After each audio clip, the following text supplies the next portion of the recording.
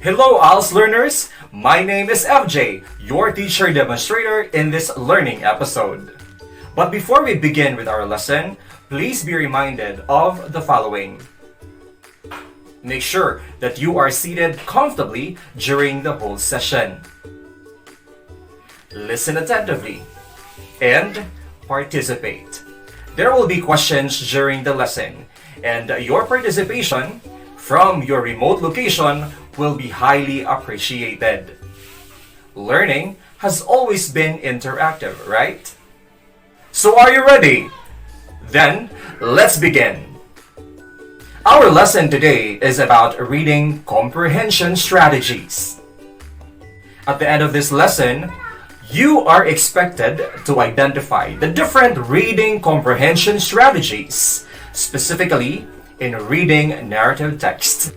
Reading comprehension is the process by which we understand the text we read. It is the purpose of reading, why we teach it, and why we care about it. It is also the prerequisite for meaningful learning from text. On the other hand, reading strategies is the broad term used to describe the planned and explicit actions that help readers translate print to meaning. Strategies that improve decoding and reading comprehension skills benefit every student, but are essential for beginning readers, struggling readers, and English language learners. Reading comprehension or understanding what you are reading is an essential skill because information is what makes the world go round, and the inability to read information proficiently is going to lead you a difficult life. Comprehension is the ultimate goal of reading. Rather than passively reading text, the readers must analyze it, internalize it, and make it their own. Therefore, in order to make sense of what you are reading, you have to be interactive and strategic. There are various reading comprehension strategies that you can employ in order to become proficient readers.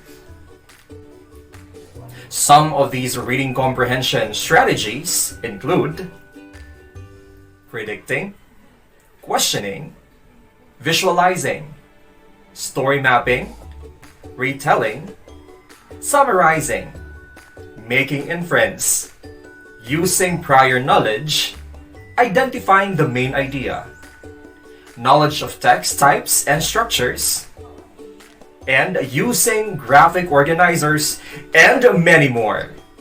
I know that seeing this list, you can only say that there are indeed a lot of reading comprehension strategies. But do not worry, I will just pick the ones which are most practical to you. One of the reading comprehension strategies in the list is knowledge of the text types and structures. This refers to the understanding of different structures of the text types, which we have a lot. To name a few, we have expository text, persuasive text, informative text, and of course, our focus in this episode, narrative text. In this episode, you will learn about the reading comprehension strategies for narrative text. So what is narrative text? Narrative text tells a story, either non-fictional, like essays, biographies, textbooks, and other true-to-life stories, or a fictional story, like Harry Potter, which is a fantasy. Also science fictions, realistic fictions, and historical fictions. Again, we will focus on helping you have a better reading experience of a narrative text using a number of strategies that will help you. When you read narrative text, one good strategy is story mapping. It refers to the diagramming of the story grammar of the text to understand the elements the author uses to construct the story. A story grammar is composed of 1. Setting. It refers to the when and where the story takes place, which can change over the course of the story. 2. Characters. It refers to the people or animals in the story, including the protagonist or main character whose motivations and actions drive the story. 3. Plot. It refers to the storyline, which typically includes one or more problems or conflicts that the protagonist must address and ultimately resolve. The plot has these parts. Exposition. This is the beginning of the story that establishes the main characters or protagonist and the setting. Rising action. This is the part of the plot where the primary conflict is introduced and is built upon to create tension within the story. Climax. The turning point and the peak of the story, which puts the characters in a situation wherein a choice must be made that will affect the rest of the story. Falling action. This is when the tension has been released and the story begins to wind down. Resolution or denouement. This is the part when everything has been wrapped up, establishing a sense of normalcy for the characters, giving a sense of finality and closure. And finally, theme. It refers overriding lesson or main idea that the author wants readers to glean from the story. It could be explicitly or impliedly stated. Learners, when you are able to identify these parts of the story grammar from any narrative text you are reading, surely you have already acquired the necessary reading comprehension skill for narrative text using the story mapping strategy. Let's read one narrative text. I will flash it on screen and I want you to read with me. There will be questions afterwards. Once upon a time, there was a little girl named Goldilocks. She went for a walk in the forest. Pretty soon, she came upon a house. She knocked and, when no one answered, she walked right in. At the table in the kitchen, there were 3 bowls of porridge. Goldilocks was hungry. She tasted the porridge from the first bowl. "This porridge is too hot!" she exclaimed. So she tasted the porridge from the second bowl. "This porridge is too cold!" she said. So she tasted the last bowl of porridge. "Ah, this porridge is just right!" she said happily, and she ate it all up. After she'd eaten the 3 bears' breakfast, she decided she was feeling a little tired. So she walked into the living room where she saw 3 chairs. Goldilocks sat in the first chair to rest. "This chair is too big!" she exclaimed. So she sat in the second chair. "This chair is too big too!" she whined. So she tried the last and smallest chair. "Ah, this chair is just right!" she sighed. But just as she settled down into the chair to rest, it broke into pieces. Goldilocks was very tired by this time. She went upstairs to the bedroom. She lay down in the first bed, but it was too hard. Then she lay in the second bed, but it was too soft. Then she lay down in the third bed, and it was just right. Goldilocks fell asleep. As she was sleeping, the 3 bears came home. "Someone's been eating my porridge!" growled the Papa Bear. "Someone's been eating my porridge!" said the Mama Bear. "Someone's been eating my porridge and they ate it all up!" cried the Baby Bear. "Someone's been sitting in my chair!" growled the Papa Bear. "Someone's been sitting in my chair!" said the Mama Bear. "Someone's been sitting in my chair and they've broken it to pieces!" cried the Baby Bear. They decided to look around some more, and when they got up the stairs to the bedroom, Papa Bear growled, "Someone's been sleeping in my bed!"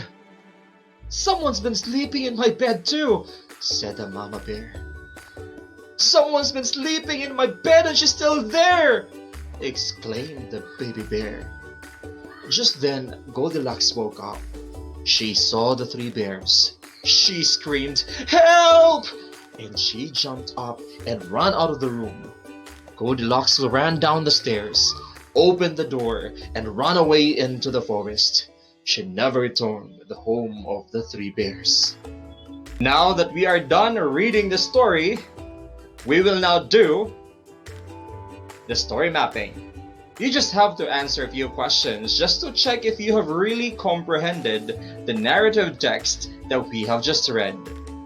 Question number 1. What makes up the setting of the story? If your answers are Once Upon a Time and House in the Forest, then you are correct. Question number 2.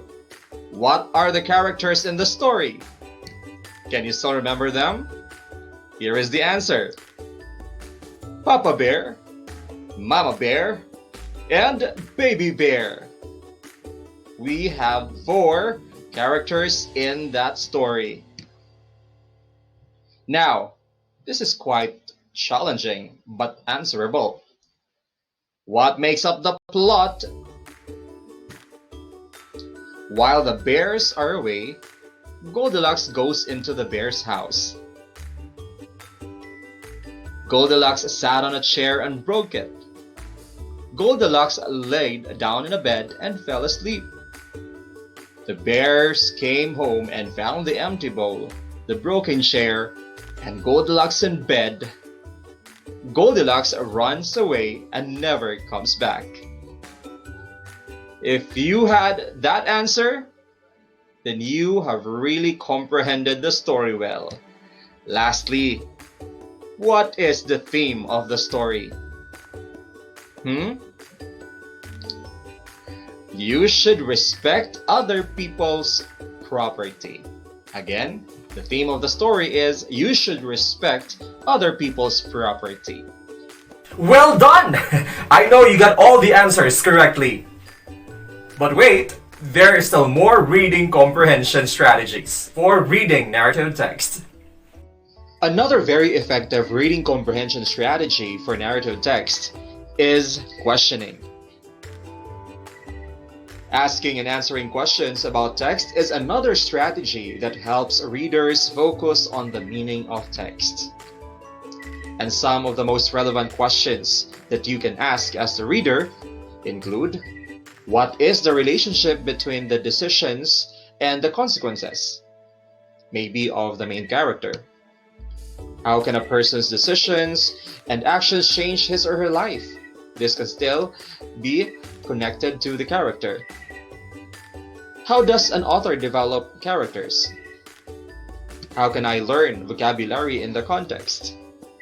And how do the stories we read relate to our lives? Another very important reading comprehension strategy for narrative text is predicting.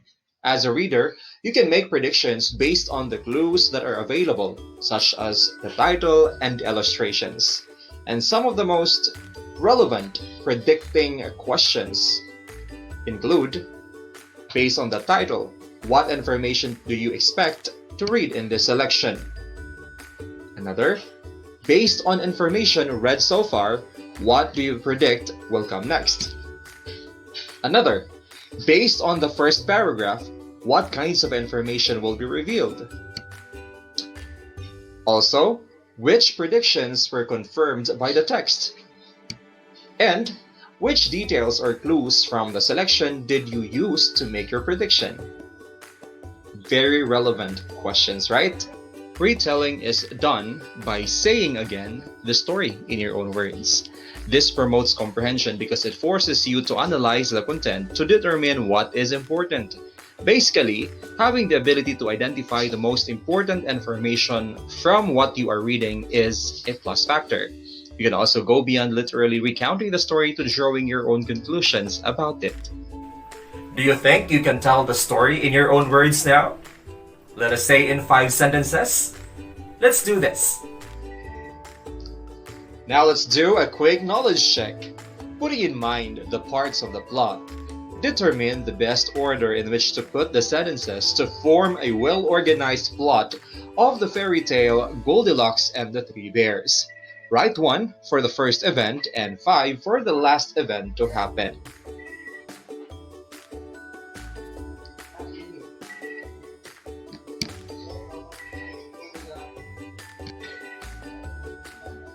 You must be done by now. And here is the correct order of events. If you answer this way, then that means you did really great. You did great! I believe that everything has been made clear already. So, that would be all for today's episode. Please tune in tomorrow for another learning episode of our ALS Bridging Camp. Thank you so much for learning with me today. Once again, this is Teacher FJ. Keep learning.